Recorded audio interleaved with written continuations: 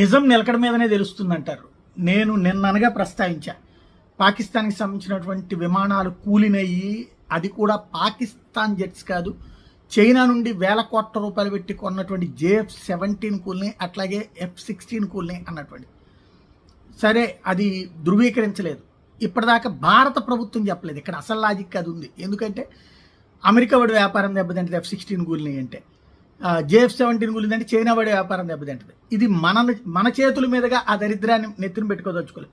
వాళ్ళతో మన స్నేహం కంటిన్యూ చేయాలనుకుంటాం. మన దరిద్రులు ఎవరు, మనకి శత్రువు ఎవడంటే పాకిస్తాన్. కాబట్టి వాడికి మాత్రం మనం షాక్ ఇవ్వాలనుకుంటాం. ఓడగొట్టింది, దెబ్బ కొట్టింది పాకిస్తాన్కి అక్కడే. ఇప్పుడు తాజాగా అవి కూలినాయని అధికారికంగా ధృవీకరించింది పాకిస్తాన్కి సంబంధించినటువంటి సైన్యం. దానికి సంబంధించినటువంటి బయట వింటే అర్థమవుతుంది. Of Operation Sindoor, we find it important to offer transparency and reaffirm our